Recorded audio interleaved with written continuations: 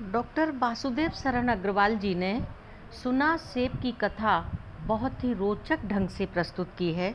आइए सुनिए सुना सेब। ऐत्रेय ब्राह्मण में एक कथा है। उसके अनुसार अजीगर्त ऋषि का पुत्र सुना सेब था। हरिश्चंद्र ने अपने पुत्र रोहिताश्व की जगह सुना सेब को यज्ञ के यूप में बांधकर वरुण की प्रसन्नता के लिए उसका बलिदान करना चाहा।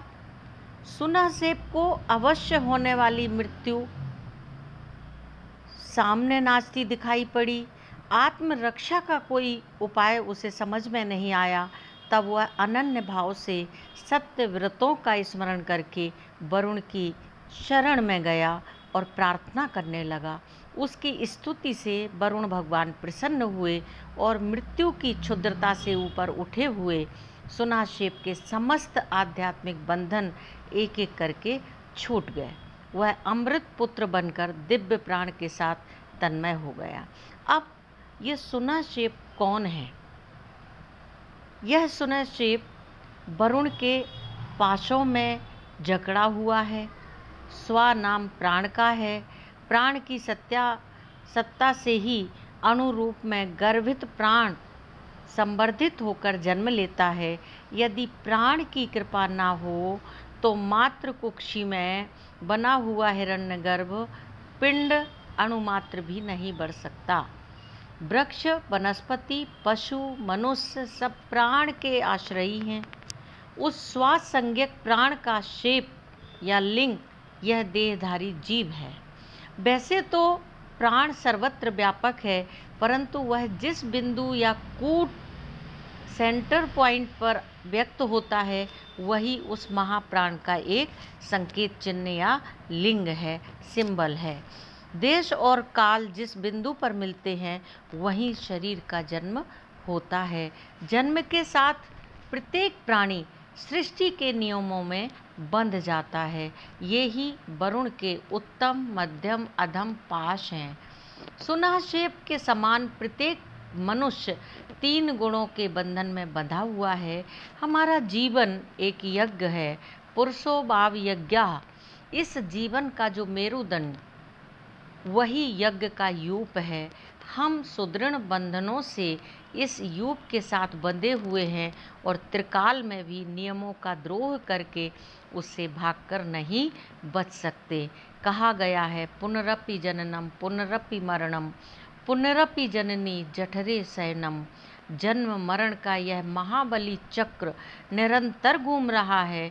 हम सब इसके अनुशासन के नीचे पिस रहे हैं। बार बार जन्म लेकर काल के गाल में चले जाते हैं। क्या मनुष्य का यही लक्ष्य है कि वह असहाय रहकर बार बार मृत्यु का चवेना बनता रहे?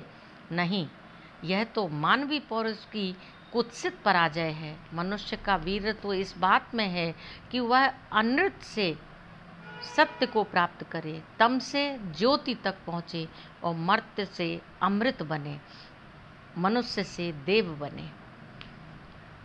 महाभारत के अश्वमेध पर्व में कृष्ण और युधिष्ठिर का संवाद है, जिसमें मृत्यु और अमृत्यु का लक्षण बताया गया है। सर्वम जिह्मं मृत्युपदार्जम ब्रह्मणा पदम एतावान ज्ञान विषया किम प्रलापा करिष्यति। कुटिल जीवन का नाम मृत्यु और ऋजु जीवन ब्रह्मपद मोक्ष का मार्ग है। ज्ञान का सार इतना ही है कि कुटिलता अनृत है, झूठ है और सरलता ऋत का पंथ है। लोकांतरों में ऋत का अंतर्यामी सूत्र पिरोया हुआ है। समस्त चराचर इसी ऋत आर्जव युक्त मार्ग से गतिशील हो रहे हैं। ग्रह, उपग्रह, सूर्य, नक्षत्र सब ऋत के अनुगामी हैं। ऋत यानी राइट पथ, ऑर्बिट। विराट जगत की दिव्य शक्तियाँ या देव ऋत के निर्धारित मार्ग से अपने अपने कर्मों में प्रवृत्त रहते हैं। ऋषियों ने देवों का लक्षण बताया है। सत्य संहिता वै देवा, अनृत संहिता मनुष्या। देव सत्य से युक्त होते हैं और मनुष्य अनृत से भरे हुए हैं। सत्यमेव देवा अनृतम मनुष्या। देव और मनुष्य का अंतर सत्य और झूठ का अंतर है। अग्रे व्रतपते व्रतम चरिष्यामि तत्शीघ्रं तन्मे राध्यताम् इदम हम नृतात सत्यमुपेमि। विश्व के नियम जिनका पालन जीवन का मूल है, व्रत स्वरूप है। समस्त यज्ञों के प्रतिपादक यजुर्वेद में पहली प्रतिज्ञा यजमान के लिए यही है कि हम अनृत से छूटकर सत्य की प्राप्ति करें। हम सदा शिव संकल्प की उपासना करें। हमारे अंदर व्रत परिपालन की शक्ति हो।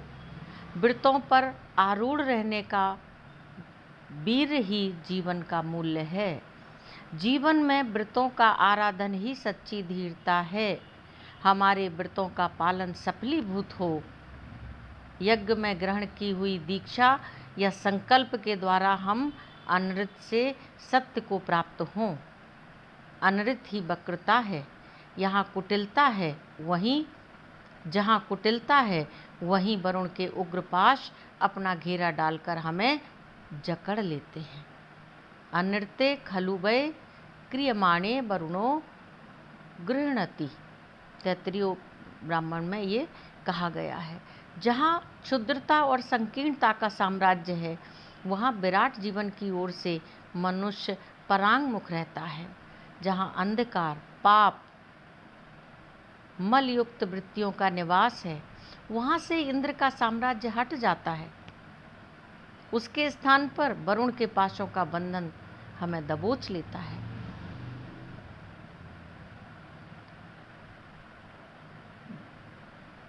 वरुण के व्रत अलंघनीय हैं। उन व्रतों की अवहेलना करने से हम कल्याण की आशा नहीं कर सकते। प्रकाश, सत्य, श्री ये अमृत जीवन के चिन्ह हैं। इसके विपरीत तम, अनृत और अश्लीलता ये मृत्यु के उपलक्षण हैं। सत्यम श्री ज्योति सोमः अनृतम पापमा तमः सुराः।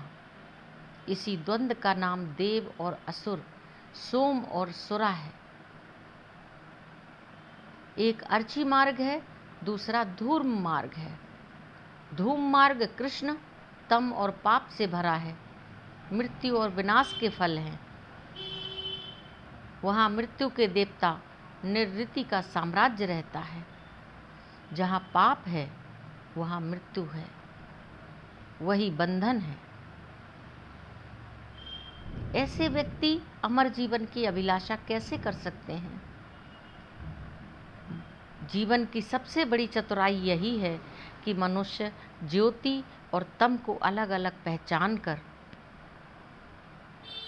उसके मिक्सचर से बच सके। न इत ज्योतिश्च तमश्च सम सृजाव इति।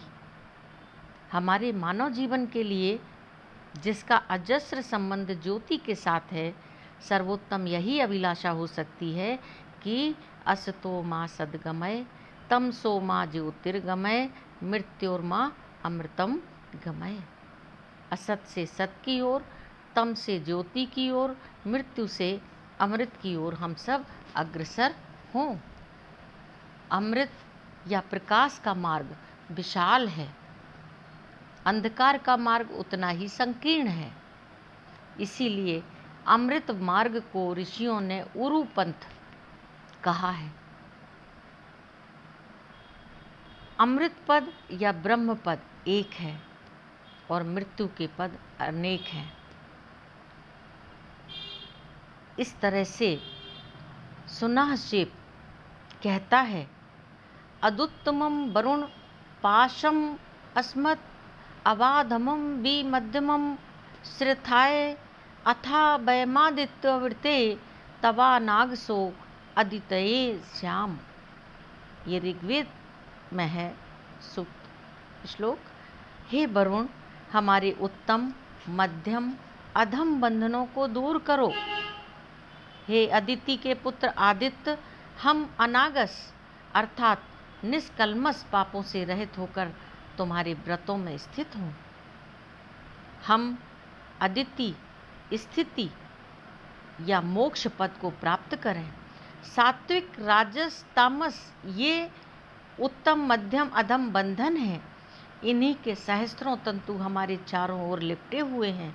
तप और पुरुषार्थ के द्वारा सतत प्रयत्न करते रहने से हम कदाचित इनसे छूट सकते हैं। इमं वरुण श्रुधि हवमद्या च मृडय त्वामव स्युरा चके। हे वरुण, इस प्रकार हमारी पुकार को सुनो और प्रसन्न हो। शरणार्थी मैं तुम्हें पुकार रहा हूँ। हे देव, जीवन के लिए हमारे त्रिविध पाशों को उन्मुक्त करो। अदिति देवों की माता है, दिति दैत्यों की जननी है। मोक्ष और अमृत अदिति का रूप है और मृत्यु दिति का क्षेत्र है। जीवन की विराट धारा कॉस्मिक लाइफ से अखंड संबंध रखना अदिति की उपासना है। उस महाप्राण से अपना संबंध खो बैठना दिति के पाश में पड़ना है। हम देवों के साथ अपना तादात्म्य चाहते हैं, ना कि दैत्यों के साथ। अदिति का मार्ग ही स्वस्ति और कल्याण करने वाला है। अदिति पुत्र अमर देव हैं। उनका सानिध्य सायुज्य प्राप्त करने की सबसे बड़ी शर्त एक है, मनसा वाचा कर्मणा सर्वथा पाप रहित होना। सीधे सच्चे जीवन की आराधना करना। विराट के साथ मिला हुआ जीवन ही भूमा या अमृत सुख है। यो वै भूमा तत्सुखम न अल्पे सुखमस्ति भूमैव सुखम भूमा त्वेव विजिज्ञासी तव्यः। यो वै भूमा तद अमृतम। भूमा ही परम निवृत्ति या मोक्ष है। हे शांति के आंगन में खेलने वाले अनंत प्राणी, यदि जीवन में किसी बात की इच्छा करते हो तो भूमा के लोक की या विश्व लोक की इच्छा करो। ईषणन इपाण अमुम माँ ईशान सर्वलोकम माँ ईशान। ओम शिव।